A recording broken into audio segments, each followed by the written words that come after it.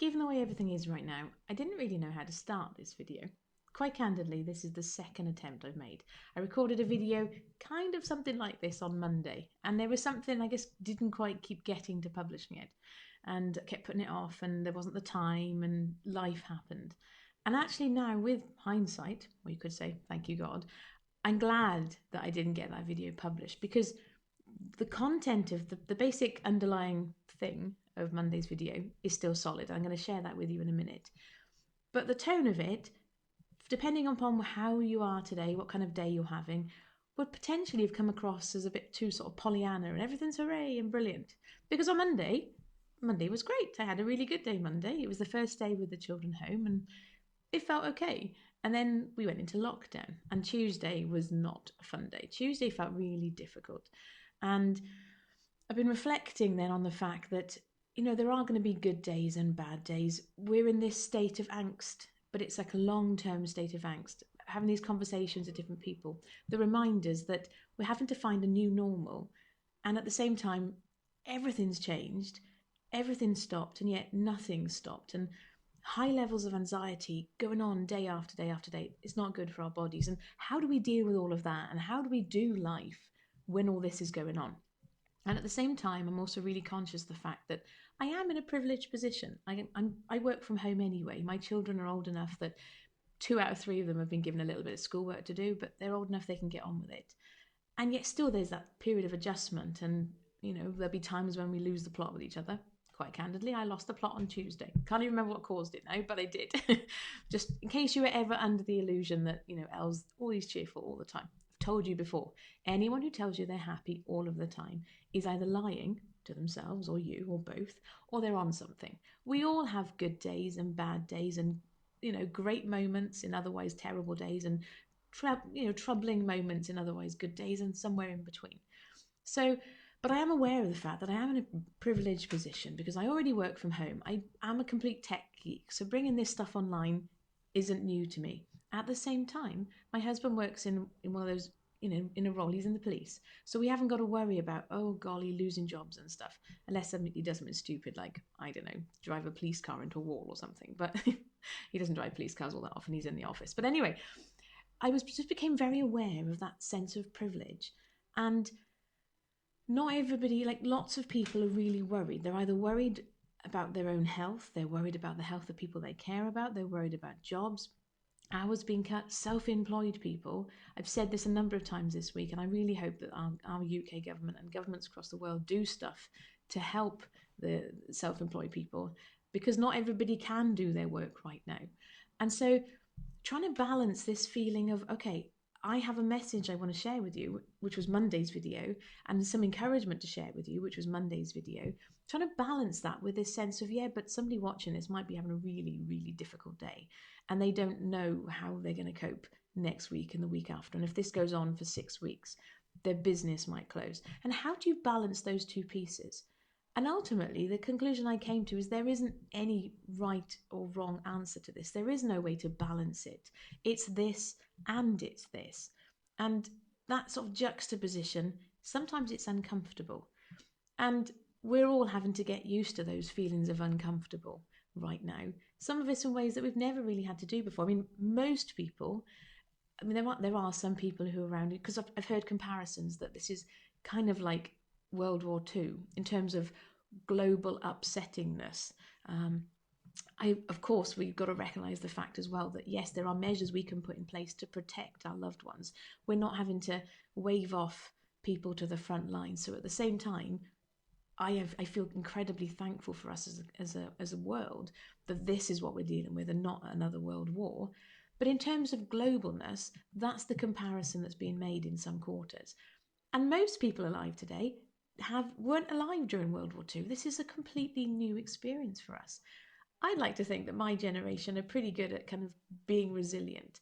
We are the generation that didn't have the internet when we were little kids. I learnt the computers alongside my teachers when I was 14 and 15. I remember taking a computer home to do work that needed the internet when I was, I think, 15. And I took the wrong one home because all of our computers in the room at the time were networked, which meant that they only worked on the internet if this specific one was hooked up, and I took the wrong one home. We didn't have the internet, and so we're quite used to having to sort of be bored. There are going to be times when you are bored, and that's challenging for most people, but probably even more so for people younger than myself. So I'm 41, 42 in June. I hope to be able to celebrate my birthday really bigly with lots of people around. Don't make me cry. Because then it means that it's, we're back to being able to hug each other. But people younger than me, and our teenagers and our 20-somethings and our young people and our youngsters, they don't really know what it is to be bored. Like, they go to school and there's a whole extracurricular range of activities that they can do. So they may be finding it quite difficult. That wasn't my point. I went off on a tangent there. I don't remember what it was now. But anyway, oh yes, that period of adjustment thing. However, the underlying reminder I had, and what I wanted to share with you Monday, is that this is the last week of the first quarter of 2020. And as I commented to my dear friend Lara earlier on this morning, I don't know where you're at with goal setting and stuff, and I struggle with long-term goals. I advocate for 90-day goals, hence why the end of a quarter is a big deal. But when we sat down and planned this quarter, I had no inkling this is the way it would play out. I mean, the thing that I find quite funny is, like, I sat down and did this quarter planning with God. And when I look back, everything that was on that list of goals, they were all checked off by about mid-February. And I remember at the time thinking, well, okay, I've basically done all the things you had me write down. What's that about? And now I'm wondering, literally as I'm talking, and this thought, I hadn't formulated this thought when I did Monday's video, but now I'm thinking, well, actually, clearly God knew. So maybe there's a reason why the last few weeks have been a case of tying up loose ends and there hasn't been a massive, great big goal to finish. Maybe that was God protecting me. And if so, thank you, God, because we need it right now. But he didn't tell me back in January or the end of December when I did planning for this quarter that suddenly we'd be facing this great global catastrophe. So it has kind of taken us a bit by surprise. And yes, I know it was happening just at the end of December in China, but we didn't really know about it yet. Or if we knew about it, it wasn't being taken seriously. However, it is the final week of the first quarter of 2020. And what I want to encourage you to do is to start thinking about some goals for the next quarter. Now, if you're thinking, Elle, that's completely crazy, you're mental, I've got the kids home, how on earth am I going to do that? I've got this and this and this. Breathe. I understand that it feels overwhelming. And at the same time, I'm here today to encourage you to think a little bit differently about this. Now, quite candidly, I sat down yesterday with my quarterly quick start planner, and I was to do this process myself with God. And I haven't got it open. I was looking there to see if I could see what I wrote down. But and that feeling of, okay, what's that about? Like, I understand it feels challenging, but this is about creating goals within the context of real life. And that's always been my focus. It's about you setting goals that you actually want to get done and are excited about. And quite realistically and quite candidly, the things I've written down for the next quarter, they are much lighter. So, for example, my single one big focus in terms of actual content output is getting the UEA games finished. They're the modules for the playground. And I can record those one per week and they will be done. And that feels doable. That feels like, yes, light. Like the what do you call it? The curriculum, the framework for it. I've already had that. So it feels doable, even within the context of having the children home and everything being different, and allowing for practical stuff like recording a video. I have to close my door and look, I say to them, if the door's shut, I'm recording a video. Do me a favour, can you not come in? I'm quite used to having the space to myself and not having to plan that sort of thing. Quite honestly, I much prefer recording videos without anybody else around. I'm having to get over that. So I'm not going to sit here and say to you it's going to be easy. You might have to do battle with some head junk. You might have to get over yourself a little bit. Like I'm having to get over myself and go, do you know what? You can record videos anyway. I use that as a small example. But what I want to encourage you to think about is for the next 90 days, and let's assume that for the next 90 days, things are going to be sort of like how they are now. And I know, and again, this is something I said earlier on to Lara, it's like we're sort of having to planning anything right now feels like juggling while we're balancing on the head of a pin, because things are changing and moving and evolving so fast. But at the same time, you can do this process loosely and lightly. So, for example, I'm going through the Kingdom Driven Entrepreneurs Igniters Mentoring Program. So one of my goals was to do that. Now, I don't think it's any small accident that that program is 6 months long. And they've been telling us unofficially that we maybe should anticipate being in this sort of state with the children home until September. I'm like, oh, that's kind of weird timing. Not weird at all, because God knows. So I want you to think about, as much as things are changing, I want you to encourage you to start thinking about, what does this new normal look like? And do this within the context of what's right for you. So I'm going to give you an example. I am starting, bearing in mind it's now Thursday, and it's been almost a week, and I'm not there yet, but I am starting to think about, well, what does this day-to-day routine look like within the context of everybody home right now? And so this morning I got up, and I've got this online weights and jumping around thing that takes less than half an hour, because I am very keen not to lose my fitness levels. I love going to do classes in the leisure centre, and they are closed at least until the end of May. They've actually put online, it's quite public knowledge now, they've turned our local leisure centre into a makeshift field hospital. So it might be even longer than that. And I don't want to be sitting around. My default position is sloth. So if I don't actually plan for how I'm going to make sure I keep moving my body, I will turn back. I will be sloth mode. And you can go, yeah, okay, and that's fine. You can make excuses for that, and perfectly rationally. On those days when you just don't want to and everything feels too much, I will be encouraging you. Don't push yourself. Don't force yourself to do stuff that just really makes you feel more anxious. But those days when you wake up and it's feeling like a good day. So for me, this morning I woke up and actually, yeah, this was like a good day. And so I spent half an hour, I went outside because the sun is shining. Amazing rarity, but wow, the sun is shining right now. I went outside, threw myself around a bit, got very hot and sweaty, had a nice shower, then had breakfast, and then got on with the day. And so it's not a structured routine yet, but it's something of an outline of a day. And so I want to encourage you to start thinking about, what would that look like for you and the people in your household, the people that you care about, within the context of how you're doing life. So my context will be different than yours. And so there is no right or wrong answers to this. I want to encourage you to start playing with it and experimenting. And then I want you to think about, okay, if I'm going to be in a state of something a bit like this for the next 90 days, there's two things I want you to think about. Thing number one, and this is actually more important than the next thing. Thing number one is self-care. Now, we've already alluded to the fact that this high level of anxiety, and I said this about 2 or 3 weeks ago, before it actually became such a big deal here in the UK, everybody on edge and anxious and uncertain and not sure, that raises our stress levels. Now, that long-term stress is not good for you. So what do you do when you have that stress? You need to double down on the self-care. So I need you to start thinking about, if you take nothing else from this video, I want you to start thinking about, what does that self-care look like for you within the context of how you can show up day by day, those things that put a smile on your face. And none of that is frivolous. None of that is selfish.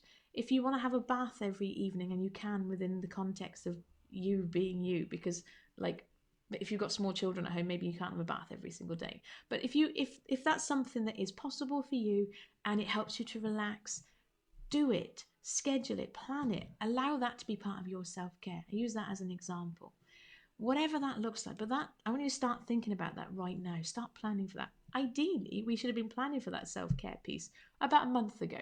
I quite often talk about this in the playground. I encourage the ladies there to write down the things that smile and store them somewhere, like physical reminders, because then on the difficult days you can go back to it. Now, it's almost too late for that now. Well, not too late. We can still do it, but we're having to just tweak it a little bit. So on those days, if you've woken up today and today feels like a pretty good day, today is the perfect day to start preparing your mental health first aid kit. And that can be things around you that put a smile on your face. It can be videos that you like to watch. It can be music you love to dance to, whatever that looks like for you. If, however, today is a difficult day, then just go to your default. And if you haven't got a default, message me and I'll help you find a default. But ideally, you want to be putting that stuff in place now, before you need it on a good day. That's my thing number one for you. Thing number two then goes back to this idea of setting goals. So think about the next 90 days. This is going to sound a bit kooky if you're having a difficult day. And if you're having a difficult day, save what I'm about to say next for when you have the next good day. Okay? This is what I'm about to say now is for when things are feeling, okay, yeah, today feels like pretty much okay. Right. I want you to think about the next 90 days as an opportunity. There will be things that you've maybe, and I'm going to use an example in a moment, but there are things that you've been saying, oh, I wish I could do this, but I never have the time. Oh, I'd love to do that, but life's so busy. As I said to my mum either yesterday or the day before, I can't remember which, we have a lot of time at home right now, so you want to break those jobs down. So she was going to, I can't remember what it was now, I think it was clean out the fridge and then chop some wood. I was like, whoa, hold on, that's 2 days worth of jobs. You want to space those out, you're going to run out of things to do otherwise. And the same is true for you at home now. You haven't got more time. You've always got the same amount of time as ever. The time doesn't change, but that feeling of having more time. And so when you start thinking about what are those things that you've said, oh, I'd love to insert that thing, right? And start thinking about, well, what steps can you take? What goals can you set? What intentions, what plans can you make to start making that a reality? That's my question for you. And I'm going to give you an example. My example is writing a book. I give you that example for two reasons. Reason number one, because I've written lots of books and I'm very familiar with the process. And so it's an easy example to go to. Reason number two is because lots of people, you tell them that you write books. Oh, I'd love to write a book. I hear it a lot. So I'm going to use that as an example. I did some maths prior to recording the first version of this video on Monday. I pulled out my calculator.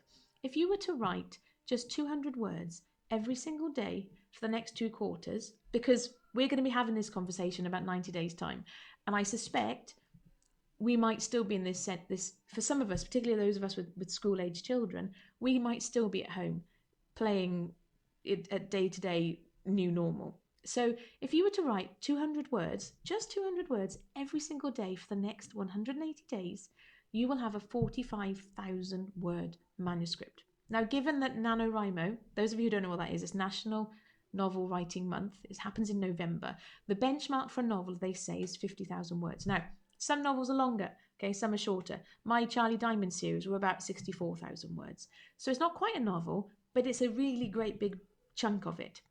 You could up the ante slightly and you could write 500 words and you'd have a 90,000 word War and Peace is probably longer than that, but you'd have a really big, substantial, I would say very long novel. My point is this: 200 words is doable. 500 words is doable. Those consistent daily actions add up to you doing something incredible. And so I want to encourage you today to start shifting your thinking around this time. And what is that thing that you really would love to do? Maybe you're somebody who would love to learn to draw better. I tell you this now, and I'm not an artist, but I'm going to say it anyway. If you took an object and you drew that object every single day for the next quarter and compare day 1 to day 90, you would be astounded at the results. Same with a musical instrument. You could actually, I was going to say you could go to your local shop and buy an instrument, but of course non-essential shops are shut. But I would maintain that music is always essential. So maybe there are some open. While Amazon is still delivering stuff that's not, food or hygiene products, while it's delivering everything, you could order yourself a keyboard off Amazon with a Teach Yourself keyboard book, and you could practice every single day for 90 days. Now, at the end of 90 days, you're not going to be, almost certainly not going to be some virtuoso piano player, but you're going to be better than you were on day 1, and you will have done that thing that's been itching at you and made progress towards it, and also given yourself a foundation that you can then move forward with. So I want you to start thinking about what is that thing that's itching at you. That's why the itchy soul is called the itchy soul. And if you're not sure, ask God. Say to him, look, because he knows you. That's my thing, is to help you be the person that he created you to be. And those things that niggle at you, I would maintain that he put those there. Now, it's taken me about a decade of doing business online to see how all the different pieces and all the different niggles, because some people watching this have been part of my journey, will know that I've had all these different seemingly unrelated pieces, and they are finally coming together in a whole. So for example, I didn't really see how the writing fiction piece played into the me helping you be you piece, except it does, Because for some people, writing books and publishing books is part of that itch.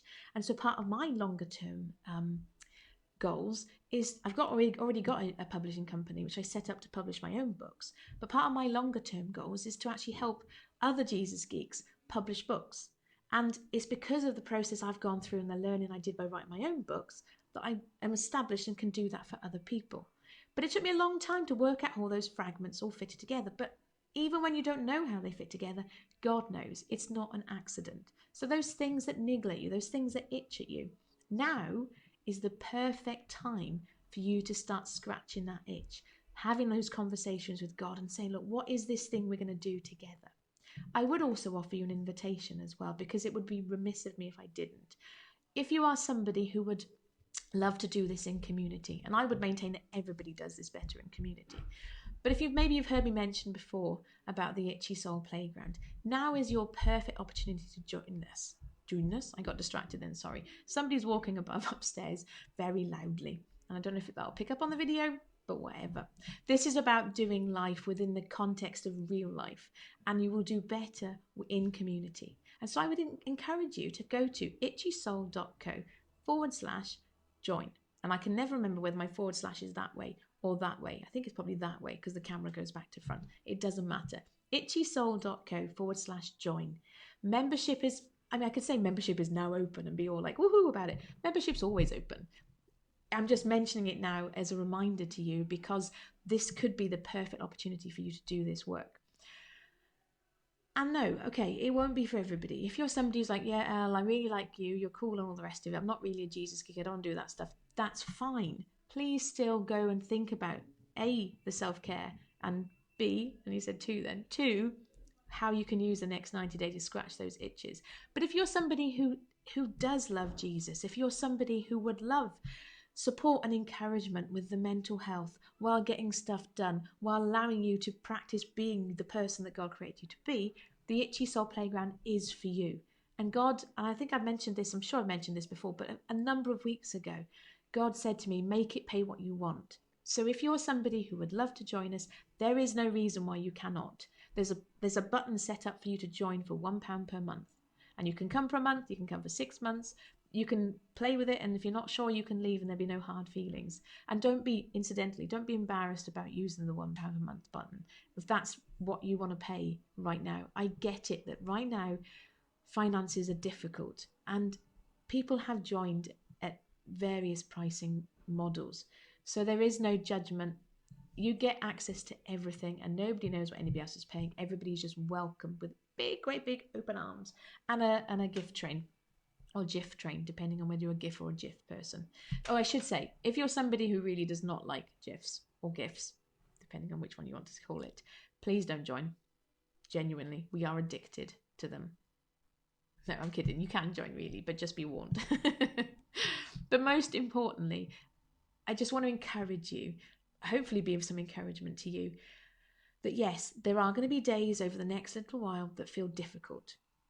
And then there will be moments and days that feel better. It's that favourite quote of mine. Every day may not be wonderful, but there's something wonderful in every single day. And so that's part of the beauty of doing this in community, is that we can take it in turns to have wobbly days. Quite candidly, Tuesday was my difficult day. In fact, actually I had my first wobbly day, and I think I wrote about this on my personal Facebook profile.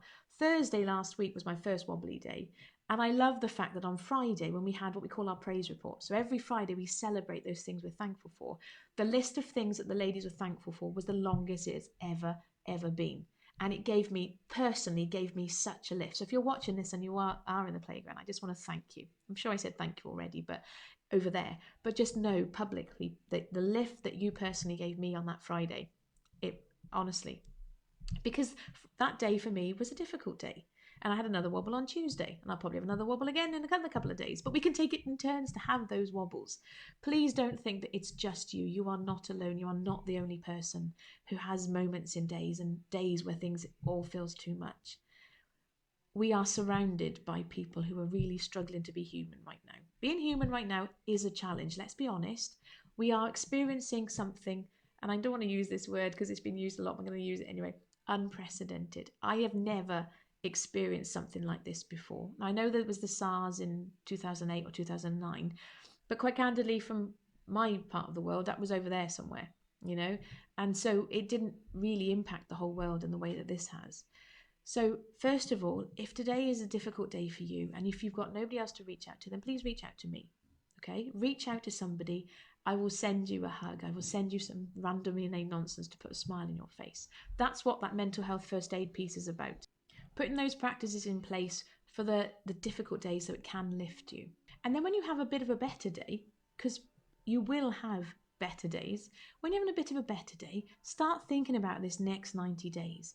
Have that conversation with God. Come and join the playground and have that conversation with me and the others as well if you want to. But start thinking about this as an opportunity. I know it doesn't always feel like an opportunity. You'll be like, oh, do you know what? This is an opportunity I could do without. I get it. I understand. I know we all wish we could just rewind and put everything back to normal in inverted commas. But what if this is actually a chance for us to do something different? What if, I'm not saying I haven't got a, seeing into the future magic wand, but I just want to open your eyes to the possibility. What if you, doing this thing for the next 90 days, it unlocks something that you never anticipated? We've got examples of ladies in the playground who want to work from home, and because of this virus, they are now working from home. Now, will they go back to working in the office when it's all done? They could argue the case that, do I really need to be here all the time? I use that as an example. But it's time now to start finding that new normal on the good days, on the good moments in days. Okay, so I want to repeat that balance piece. I don't want to repeat it completely, but just remember what I said at the start. If today is a difficult day for you, save this for when you're having a better day. I don't want you to start thinking about goal setting and 90 days and blah, blah, blah, blah when you're right in the midst of a really difficult day. I want you to focus on the self-care. I want you to double down that mental health first aid piece. That's what you need to focus on those days. And then on the better days, you start thinking about, okay, well, what could that look like? What are those things that are niggling at me? What might it look like to set some goals around that and take action and actually get that done? You can do it. We will get through this together. It feels like this is never ending and that stress is not good for your body. But just remember, this too shall pass. I know it feels like a cliche, but it's a cliche because it's true. Hang in there. It's going to be okay. Thank you for watching. I look forward to catching up with you next time. Take care. Bye-bye.